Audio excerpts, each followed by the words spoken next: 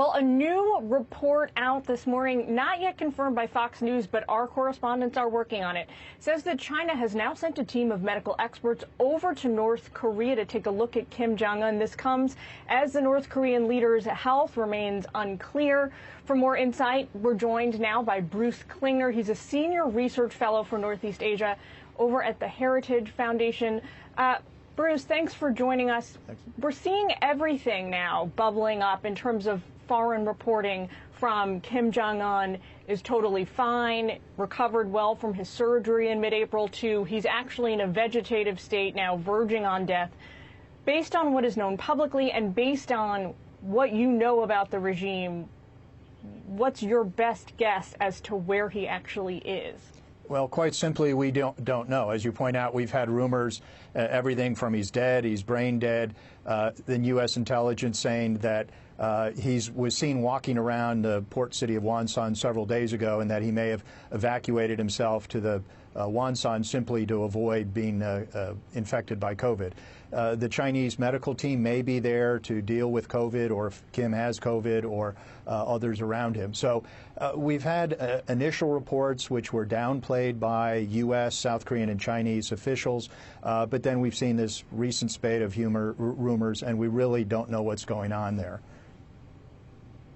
So we do know that he is 30, well, it is believed, estimated that he is 36 years old because the government never confirms his real age. We also know from Western reporting and Western intelligence that he is in bad health. He has respiratory problems, heart problems. We know he had some kind of cardiac surgery in April.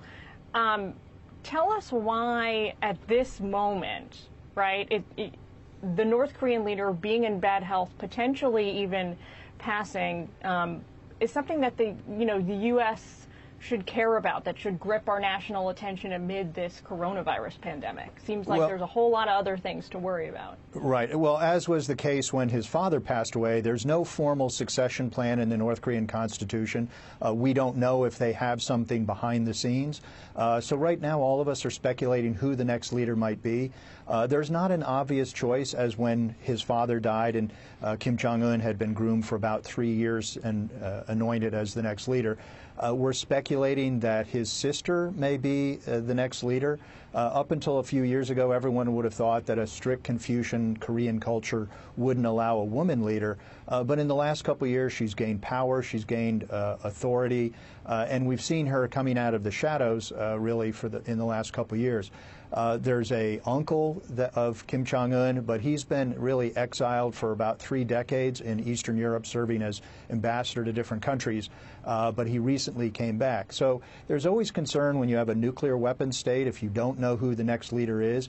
It could be a smooth transition, or it could be a power struggle where everyone's trying to grab the ring of power, and then who has control of the nuclear weapons and the military. So it will be of great concern if Kim dies without some formal succession plan.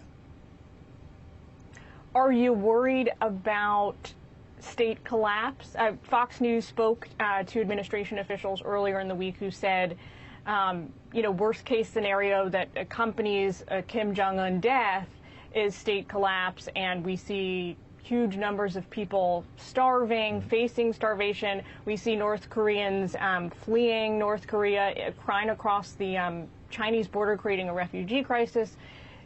Does that square with what you foresee or worry about? There are a lot of worst-case scenarios. If there's a regime collapse and a struggle for power, unknown actions by military factions warring against each other, there's concern that there could be an explosion in the sense of North Korea lashing out against its neighbors, or an implosion with the regime collapse and instability.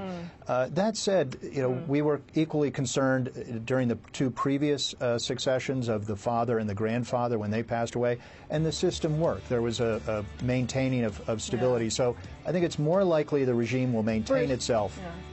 Bruce, sorry to jump in there. We're coming up against a hard break, so we're going to have to say thank you. We'll talk to you soon. Great. Thank you.